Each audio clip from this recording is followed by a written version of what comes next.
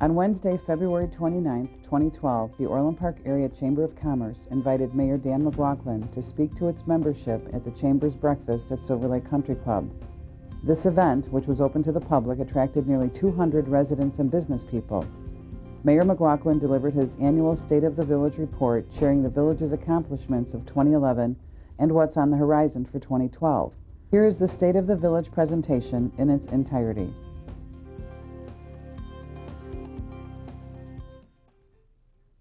And now, with any further delay, I have the honor and privilege to introduce you Daniel McLaughlin and his beautiful wife, Pat. They have 4 beautiful children, Bridget, Mary-Kate, Dan, and Matt. They have lived in Orland Park since 1979. Dan has served on the Orland Park Village Board for 26 years, including 8 years as trustee and last 19 years as mayor. Dan is a member of the U.S. Conference of Mayors, the Metropolitan Mayors Caucus, and the Southwest Conference of Mayors, Illinois Municipal League, and the South Suburban Mayors and Managers Association. Dan has also served as chairman of a statewide task force studying a uniform state building code, and most recently represented the South and the Southwest suburb of the Northern Illinois Regional Water Supply Planning Group. Wow, pretty impressive. Dan also has served as executive director of the Plumbing Contractors Association of Chicago and Cook County for 20 years, and has additionally served as the executive director of the Plumbing Council of Chicagoland for the last 3 years. He is a board member of the Better Business Bureau. And with that, we proudly present to you the most popular mayor, Dan McLaughlin.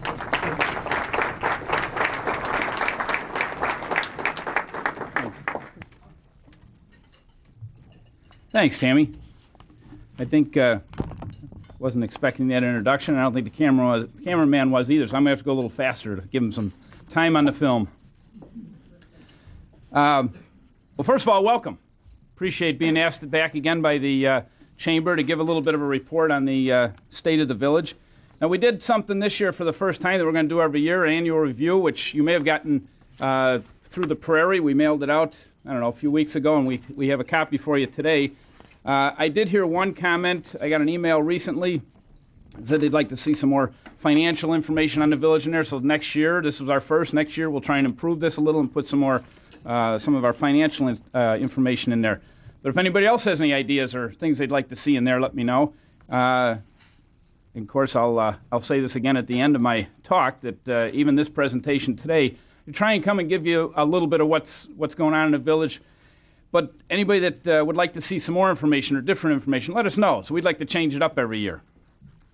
Last year was the first time we tried to do a PowerPoint. So that was, I've been to a number of PowerPoints. Some are good, some are bad, or I should say not quite as good. So I don't want to get into where I'm just reading every slide. So we're going to go through the slideshow a little bit quicker to get on to some other issues and some questions and that. But I would like to at least let you know that we wanted to do a PowerPoint last year, and we're doing it again this year because in the past, I get all the department heads to give me all the information on what's going on in the last year, what's coming up in their own departments, and I put it together in a speech, and I stand up here and just read it. That's what I've done for years. Great information, but when you just read it, I'm sure, you know, you gloss over some parts or people miss it or you don't remember the numbers. So we thought of PowerPoint, at least you get to see some of the numbers and some of the information a little better. So that's why we're going to do the PowerPoint again, but we're going to go through it a little bit quicker. I do want to ask everybody, who Sunday night saw the Academy Awards? A fair amount of people. Actually, my wife and I were on vacation, and we had to take time to watch the Academy Awards because we're big movie buffs. Well, I think the Academy Awards kind of showed how important teamwork is to a successful film. And we have a great film to show you today, great film about Orland Park.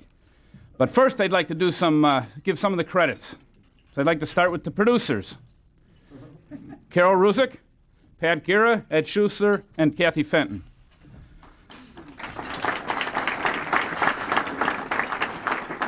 The director, Paul Grimes. Assistant director, Ellen Bayer. Set design, Carrie Freiling. Public relations, Joe Lamargo. Director of photography, Margie Owens-Klotz. Security on the set, Tim McCarthy and Jerry Hughes. Visual effects, Frank Steck. Director of set maintenance, John Ingram. And you always need funding, Anne Marie Mampy. Cast and crew, recreation and stress relief, Nancy Flores. Casting, Stefana Przybylski. Stefana. Facility management, Gail Blummer. And assistant to the executive producer, Lynn McQuarrie.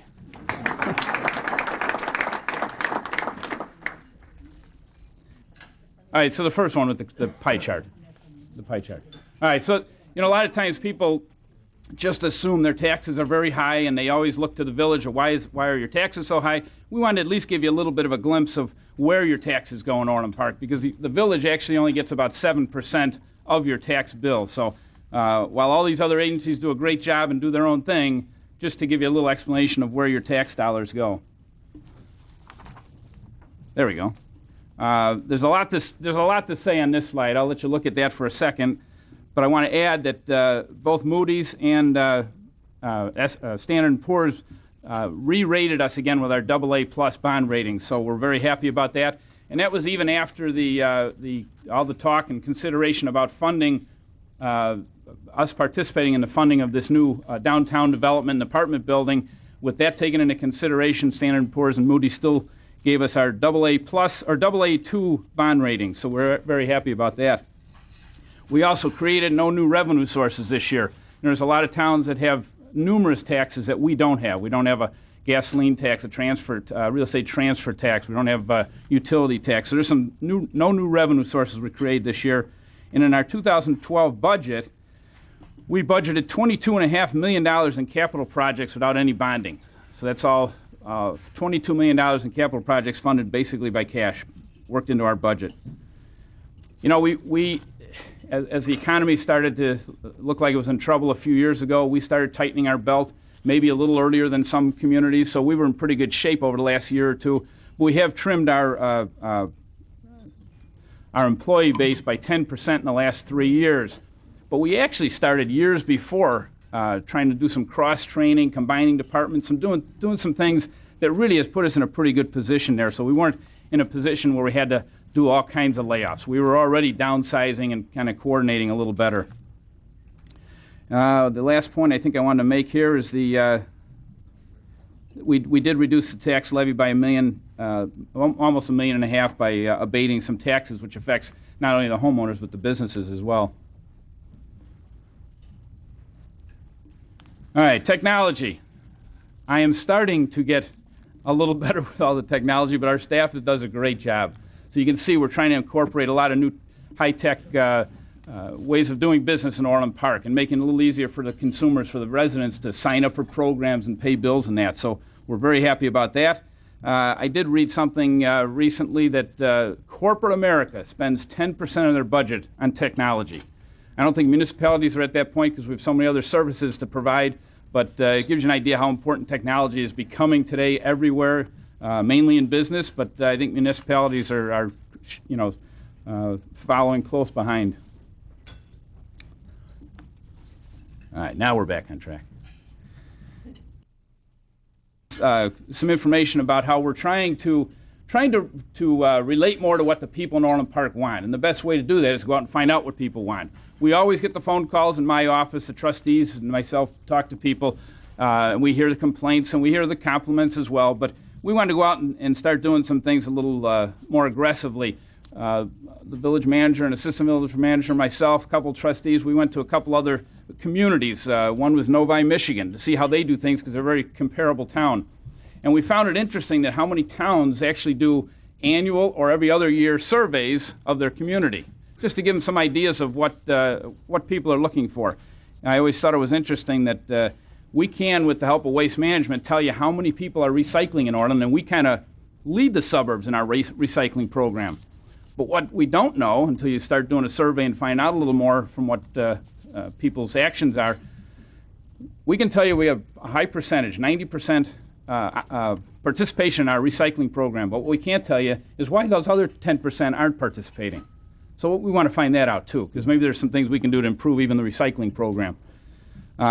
We are very proud, and the board led the way on deciding to go this route. We always felt we were very good at releasing information to the press and being very open about our operation because we're proud of what we do here.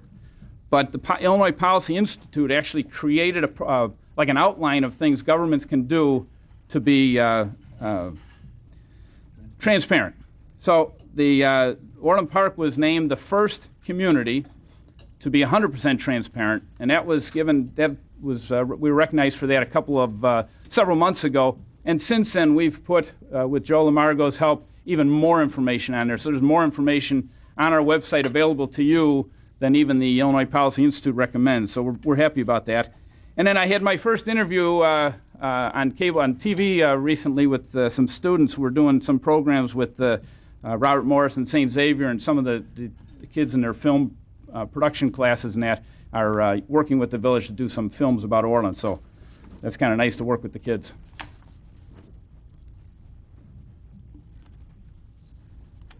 All right, development. All right, so you can see that a couple of these slides are more statistical, just to give you an idea where we're at. Population, the 2010 census showed us not quite as 60,000 people, but I believe we have 100,000 cars a day come through Orland Park for shopping, so our population during the day is quite high. The average household income and home price, all those are numbers that businesses like to look at when they're deciding if they're going to come to Orland Park or Oak Brook or Naperville, but they're very important numbers and very good positive numbers. This shows you a little bit of where our main trade area is. It brings traffic into the village, but I got to tell you, every year Darwin Furniture has a Christmas drawing.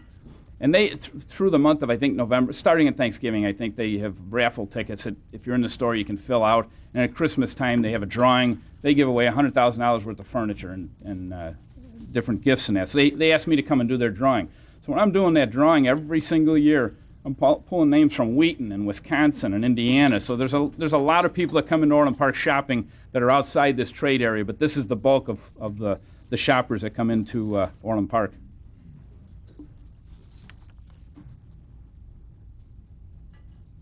All right, this is the over 10.5 million square feet of commercial. Tremendous amount of commercial properties in Orland Park, which is obviously why we do so well. But the demographics, the numbers, the improvements we've made, the traffic flow, all those things play into a bigger picture that helps bring traffic into Orland Park.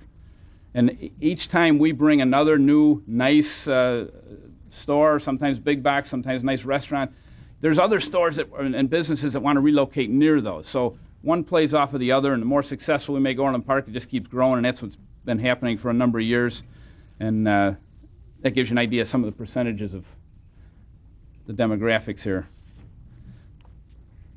The quality of life in Orland Park is something we've always been very proud of.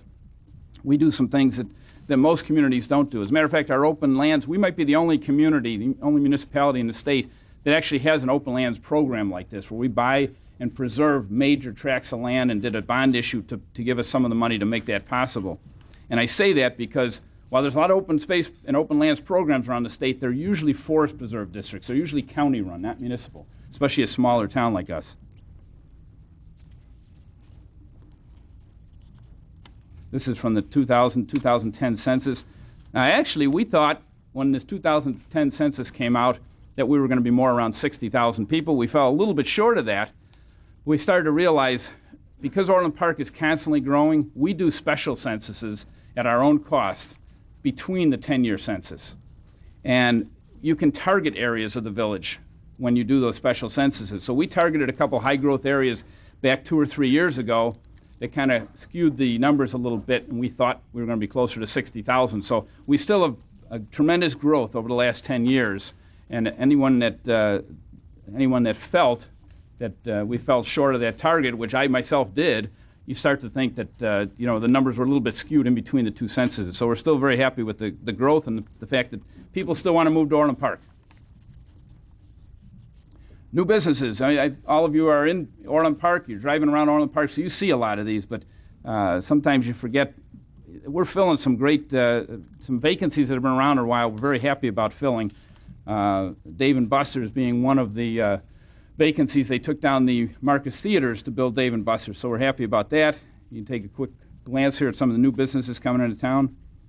We do not license, so our numbers for businesses in town do not include attorneys, doctors, accountants, those types of offices and businesses we don't license and keep track of. Gives you an idea of some of the new projects coming into town. We just recently announced Whole Foods, which I think everybody's been waiting for a while. And that will be, Carrie, any idea when they might actually open? Yeah. The fall. All right. So we're happy about that. I did see it was an online, my daughter who lives downtown saw it and emailed me an article that showed up, I think, on the Tribune or Sun-Times website about how happy Whole Foods was to come out to Orland Park, but in turn how happy the interviewing people around Orland Park were to see Whole Foods come out. So that was a major win. But that filled, obviously, the Borders books. Dave & Buster's will be filling the old Orland Square theaters. The Canoe Club, which we all hated to see go, but that stood vacant for a couple of years. The Char House restaurant's in there now. And the former car dealership on Harlem, Rizza, is going to be Thomas Place, so that's a great improvement as well. That's a senior housing complex. All right, so the 10-year history includes 3 or 4 lousy years, but you can still see there's still some growth in our business community. We have a tremendous amount of projects going through our planning department now, so I think there's a number of projects we really aren't even in a position to talk about today because in the early stages you don't know if they're going to follow through or not, but we are talking to a number of people. So while the business history, the business license history is showing a constant increase in Orland Park, we're very happy about the types of businesses as well that are coming in the last year or two, last few years. So, residential activity as well has gone up. But again, I'm going to remind everybody that the last couple of years have been terrible for residential.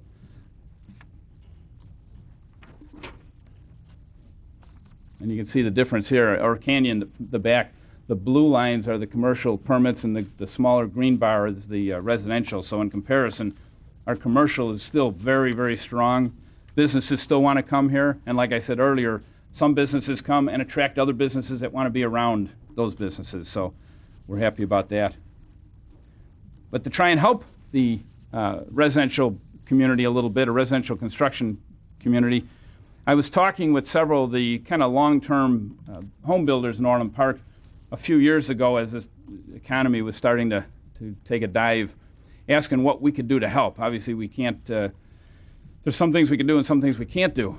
But we did come up with a program that you see here that's been in existence for the last couple of years, and talking to the builders has helped quite a bit. And the main impetus here is not the village giving up anything, although we did reduce our fees and our impact fees a little bit.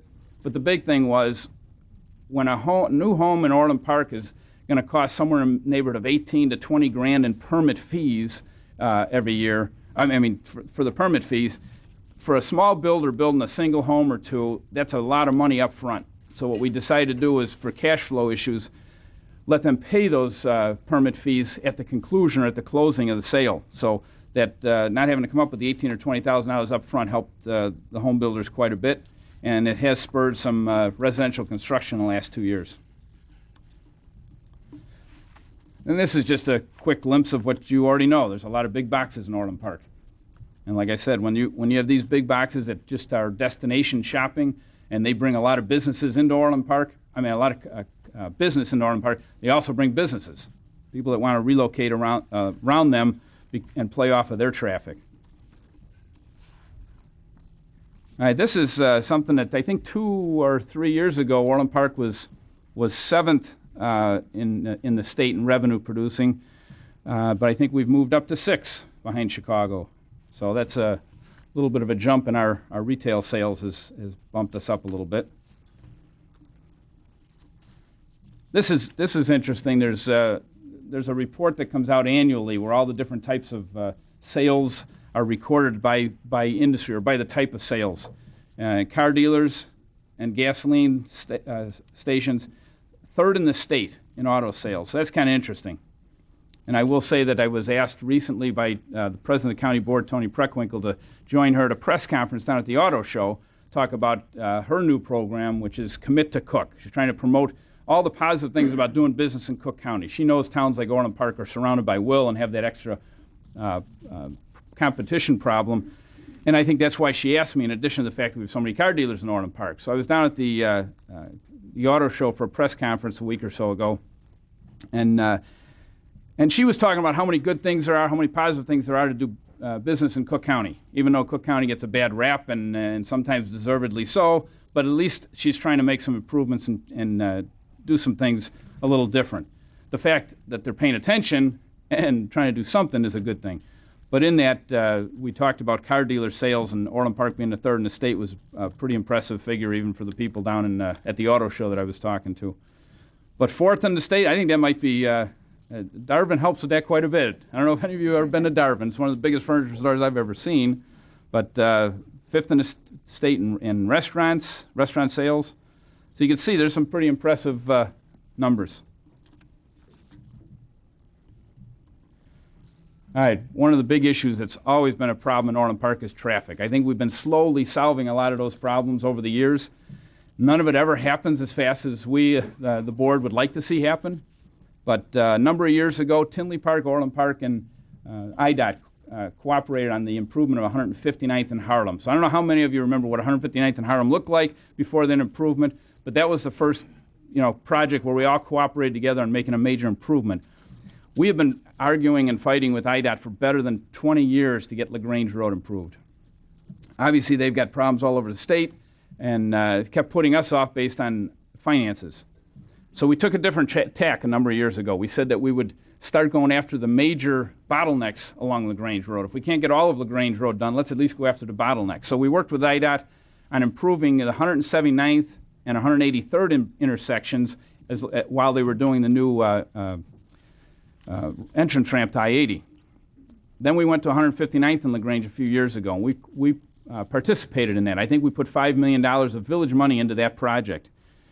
That was improved, and I think the business community would know better than anybody else how much easier traffic flows on LaGrange Road, even with 2 lanes, but with the intersections improved. Now 143rd and LaGrange, you've been through there recently. That's, except for landscaping, some of the street lights, the road work itself is completed, and you can see how much easier traffic flows through that intersection. But traffic flow is a big issue for us because it gets our people in and out of Orland better. It isn't discouraging for people coming to Orland to shop.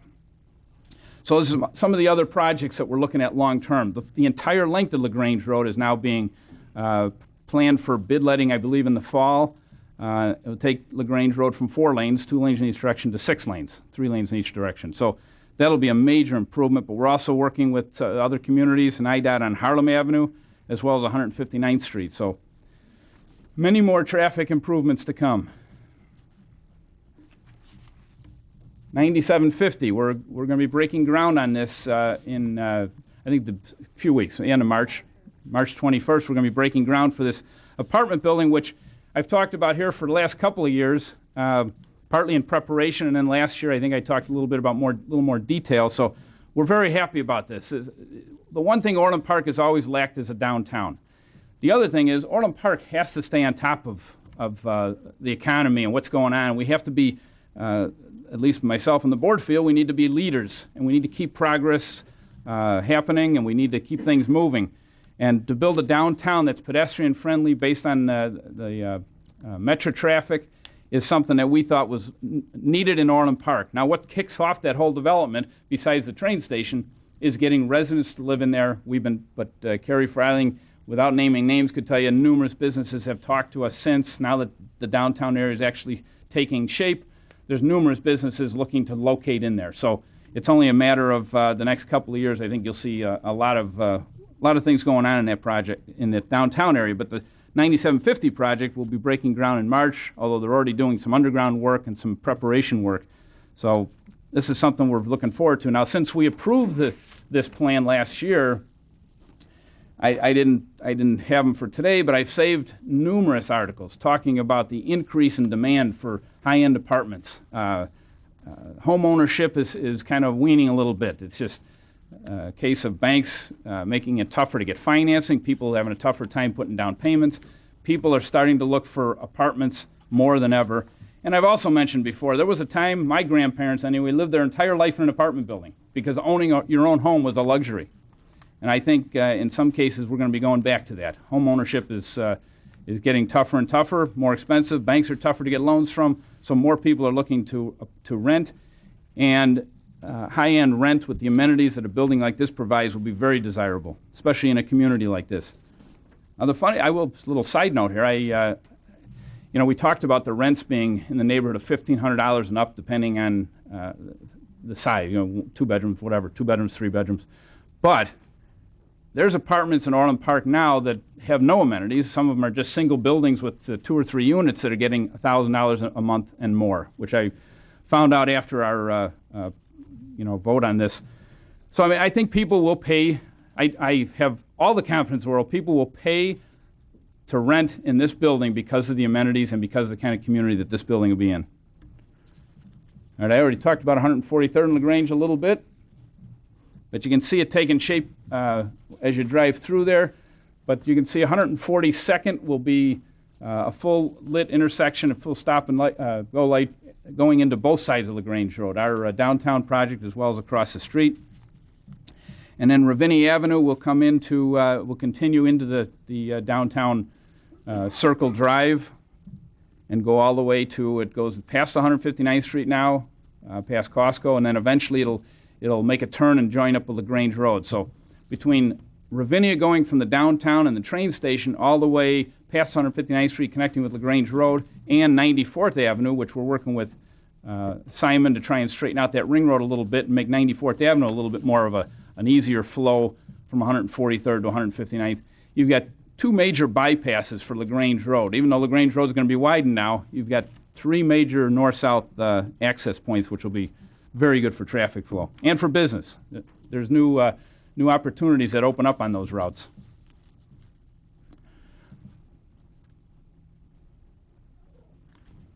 So the LaGrange Road, we talked about a little bit. That's a view of 143rd going west. Right now you don't see any of the landscaping yet. There's still the street lights to go up and some of the visual effects that aren't there yet. But I think it'll be a very attractive entrance to Orland Park, but a very nice for traffic flow.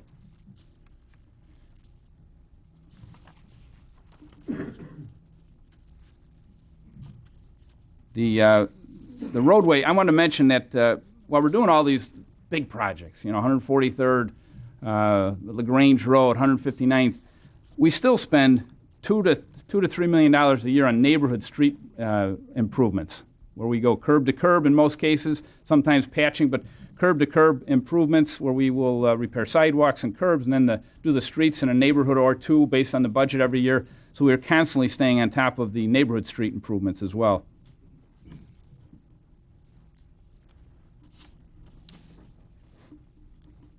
Infrastructure. I got to tell you, it's easy when you're in our business, the political business, to do just what everybody sees. Spend the budget, spend the village's money on what people see. So they see what they're getting for their money. They feel like things are going on, happening. But we've been very committed to doing the infrastructure that people don't see because we want to avoid problems in the future. For a number of years, we've had a slip lining program where we've slip lined the storm sewers in town, a little at a time as the budget allowed. We'd get grants for some of it, but the slip lining is something nobody sees. But You also don't see a lot of problems with the storm sewers as well. We have a couple of flooding areas we're working on, and we're very happy to have 183rd and Wolf after several years of trying to get that stoplight there, because we've always felt it was a safety hazard, but some of the people in that neighborhood were very nervous about that intersection and going through that intersection. So we're very happy we're finally going to get that done, probably be completed in the spring here or July sometime. So the stormwater issues, though, I will tell you, when Orland Park developed, or has been developing over the last 30 years, one new subdivision after another, we have a great engineering staff, great department heads that oversee all of it. It's planned well, and then the engineers determine how it's to be graded. Everything works great, but after about 20 years, as people start putting, brick or timber gardens in their backyard, or fences and sheds, and the topography changes a little bit, all of a sudden you start having flooding problems you didn't have before. And you start, doing some studying, and you find out it's being blocked at certain points, and it hurts some neighbors. So one of the hardest things we're doing right now with our flood control problem is going neighbor to neighbor saying, you have to get rid of those sheds, or you have to move them, or you have to get rid of those gardens. It's very tough to do with people that have kind of established, they've been there for years, they're very comfortable with their backyards the way they are, but if it's causing flooding problems, we have to be the ones to determine how to improve that area, because my wife and I, our house is flooded numerous times, and it's really a major pain and chore to go through. Just not only going through it and getting the water out, but the cleaning up afterwards, the potential for mold, all that. So the flooding issue is a big issue, and I think we've spent enough money and enough time over the years to cut our flooding areas down to a small number that we're trying to get a handle on. But some of those are backyard problems caused by the water flow. All right. Oh, the crime-free housing program is something that we started a couple of years ago. The police suggested this. I think a couple other communities were experimenting with it. It's turned out to be extremely successful. It's really a way of getting people that own rentals to know what the rules are and everybody to work together. And the police have done a great job working with the planning department to put on programs, training programs. And you can see some of the statistics there where it showed reduction in not only calls but actual crime in the area. Actually, it's kind of a side effect, which is kind of neat. Now, Orland Park is doing this the last 2-3 years. Tinley Park has a program like this, and so does Oak Forest. Well, it's interesting that the renters in Orland, Tinley, and Oak Forest have joined together and formed a Southwest Landlords Association. So they are now working together with the three communities to make the rental areas a lot safer and more cooperation with the villages. All right, every year the police have to put together our statistics for the year. Kind of happy that violent crime was reduced by 33%, but there are a couple areas where crime went up too. With the amount of commercial we have here, the biggest part of our crime statistics obviously is retail theft and auto theft, theft from auto, stuff like that, that has to do with seize of parking lots at shopping centers and all the retail. So, Tim, can I ask you real quick, didn't the reports that we have to file change in some way too?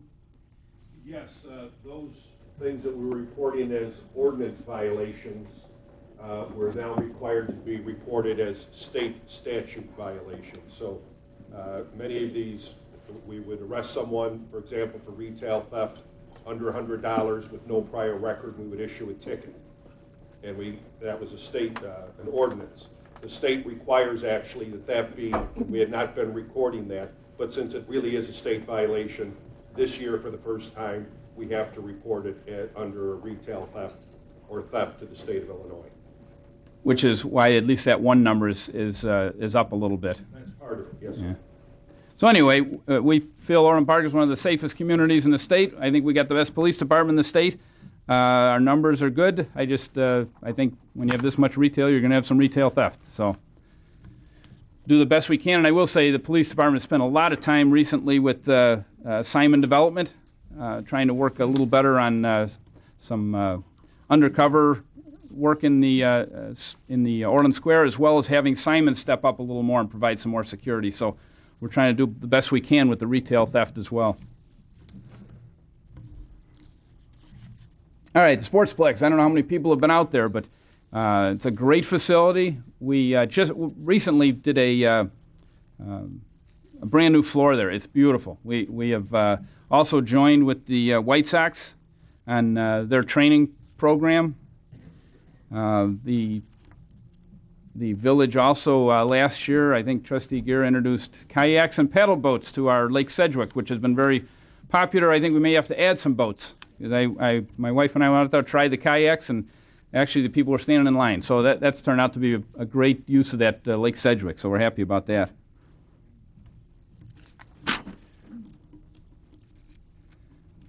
The village over the years, and I'm talking about a lot of years, have always tried to provide some, bring in the kind of businesses like a Dave & Buster and some better restaurants. We help Marcus Place expand with more theaters by working with them on a parking deck.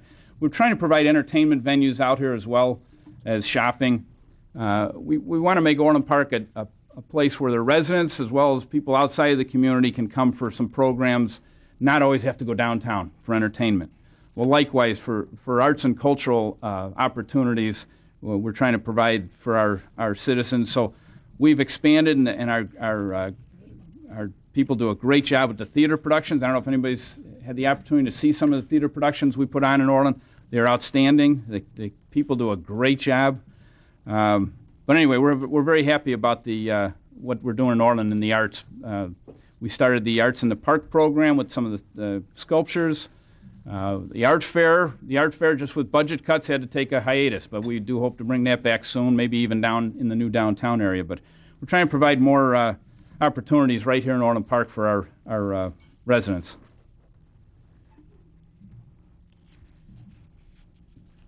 I guess I skipped ahead talking about the White Sox and that, but we're trying to do some joint ventures with some other groups just to provide more opportunities. And we're very happy Palos Community Hospital has become a major sponsor of some of our recreation programs out here.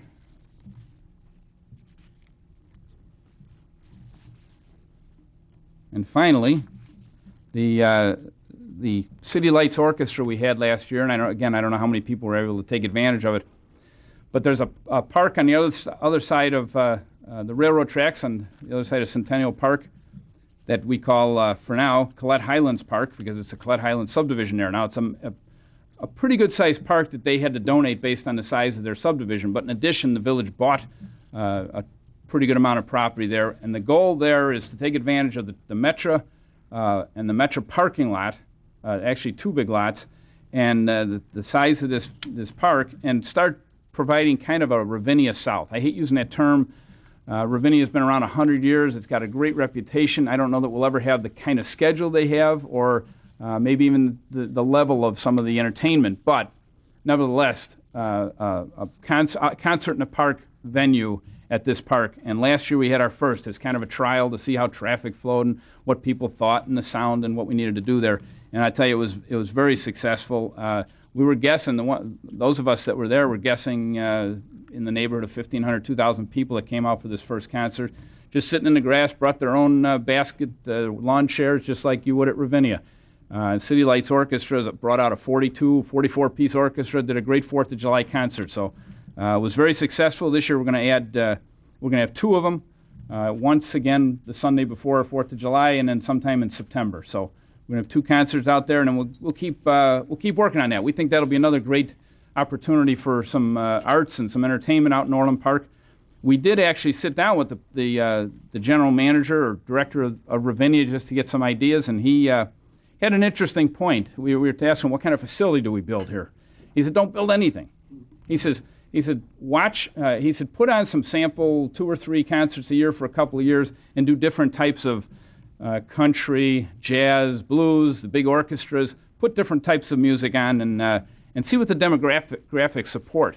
Because then if you start focusing on a particular type of music, that'll require a different type of facility. Never would have crossed my mind, but glad we got his input. So we're going to go a few years of just having some concerts out there with the rented stage and sound equipment, and just see what kind of entertainment we attract to our area, and then we'll keep expanding that every year as well. But the village is also putting on some great programs. The Great Pumpkin Party, the Turkey Trot, all the different programs we're putting on now is a credit to our recreation department, how much they're doing. So with that, I would say that I hope I went through that quick enough because, like I said, I know PowerPoints can be kind of boring, but I wanted you to see some of the numbers up there.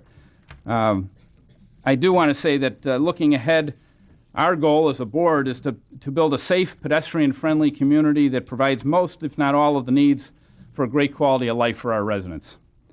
My motto, which Carrie and Kim are quite sick of by now, is we need to design for people, not cars. So this will mean more safe, pedestrian-friendly at-grade crossings.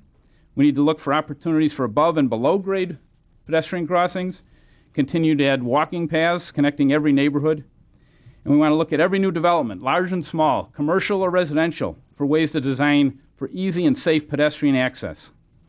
So that's something that I think, looking forward, we have a lot coming, to us still. The planning department is getting very busy the last year or two.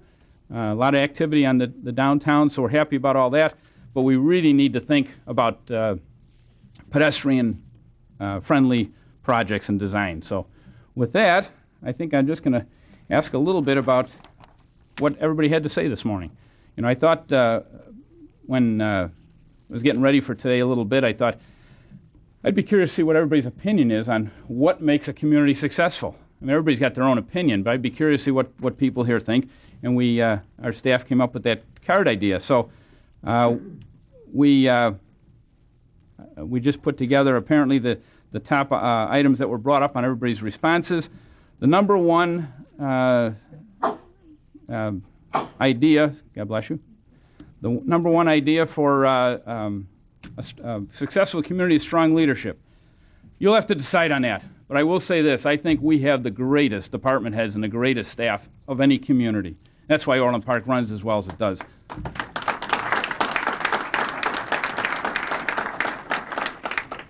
The board and myself give direction, try and provide some leadership, but we give direction, but the staff does an outstanding job of coming up with creative ways to solve problems and move us forward. So I'd like to think your number one concern, strong leadership, because of our staff, our department heads, our village manager, I think we're doing a pretty good job in that area. Number two, public safety.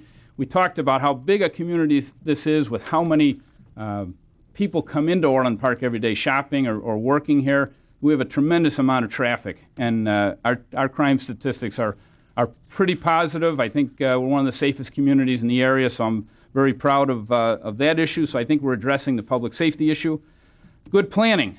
Well, I'll tell you what, I think our planning department's done an outstanding job. One thing you don't see, and I actually mentioned this to one of the newspapers once, don't remember if they took you up on it, but we will get somebody to come into Orland Park with a plan for a development or a big box or a shopping center or even a residential development. And they'll come in with their idea. But our planning department works for weeks, sometimes months with them to redesign and change it so the traffic flow is better, so there's more open space, so that it's pedestrian friendly. So all the things that we need to address, we address behind the scenes. You don't really see a project from start to finish. You see the finished project. And I think if you look around Orland, you'll see some great, the effects or the results of some great planning. So I think we're addressing that issue. Resident and business involvement.